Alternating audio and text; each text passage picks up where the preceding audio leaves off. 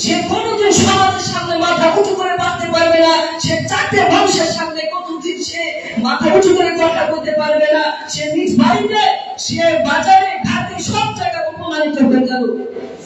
এরা যে পালিয়ে যাচ্ছে, পালিয়ে গিয়ে তারা এমনি এমনি কিন্তু রাত্রি কাটাচ্ছে না। তারা একটা মৌলানা সাহেবকে ডেকে নিয়ে আসছে, তার হাতে 500 টাকা তুলে দিচ্ছে, বিবাহ করে নিচ্ছে এবং রাত্রি কাটাচ্ছে, বলছে হালাল সম্পর্ক। আরে কিসের হালাল সম্পর্ক?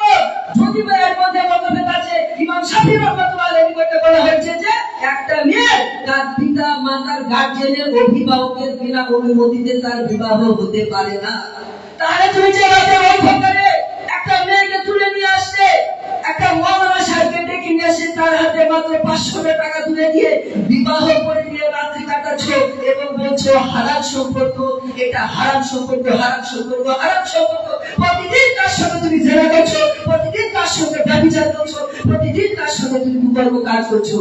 একজন ব্যক্তি তার স্ত্রীকে তুলে নিয়ে চলে আসছে, যাদের মধ্যে এখন পর্যন্ত বিচ্ছেদ হয়নি, যাদের মধ্যে এখন পর্যন্ত তালাক হয়নি, তার সোনার সংসারকে ভেঙে দিয়ে সে মেয়েটাকে তুলে নিয়ে আসছে, তার সঙ্গে রাত্রি কাটাচ্ছ, প্রতিদিন তার সঙ্গে জেনা করছো, প্রতিদিন তার সঙ্গে ব্যভিচার করছো, প্রতিদিন তার সঙ্গে কুকর্ম কাজ করছো। আর আমাদের সমাজের মধ্যে আর কি বিচার করা হয়? আমাদের সমাজের মধ্যে ছেলেদের কাছে বিচার করা হয়, পুরুষদের কাছে বিচার করা হয়, যে পুরুষদের কাছে ছেলেদের কাছে আপনার জরিমানা করা হয়, 1-1.5 লক্ষ টাকা জরিমানা করা হয়। একটা ছেলের কাছে, একটা পুরুষের কাছে 1-1.5 লক্ষ টাকা দেওয়া কোনো ব্যাপারই নয়। সে যদি অর্থওয়ালা ব্যক্তি হয়, সে যদি চাকরিজীবী ব্যক্তি হয়, মাস্টার ডাক্তার হয়, জমিদার হয়, 1-1.5 লক্ষ টাকা কোনো ব্যাপারই নয়। তার কাছে যদি অর্থ যদি না থাকে, সে কেরালায় চলে যাবে, মুম্বাই চলে যাবে, গুজরাট চলে যাবে, 2-6 মাস কাজ করে এসে টাকা পরিশোধ করে দিবে, সে আগের মতো পুনরায় সেই কাজ করে খাবে। আর আমাদের সমাজের মধ্যে মেয়েদের কাছে, মহিলাদের কাছে কোনো বিচারই করা হয় না।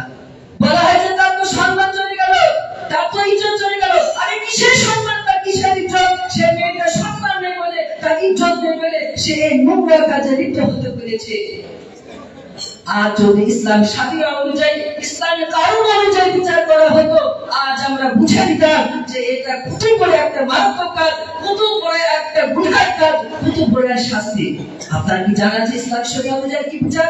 ইসলামী শরিয়া অনুযায়ী বলা হয়েছে যে যদি কোনো যুবক ছেলে কিংবা যুবতী মেয়ে যাদের এখন পর্যন্ত বিবাহ হয়নি, অবিবাহিত ছেলে মেয়ে, তারা যদি এই গুনাহের কাজে লিপ্ত হয়, বলা হচ্ছে যে 100টা বিধা করতে হবে।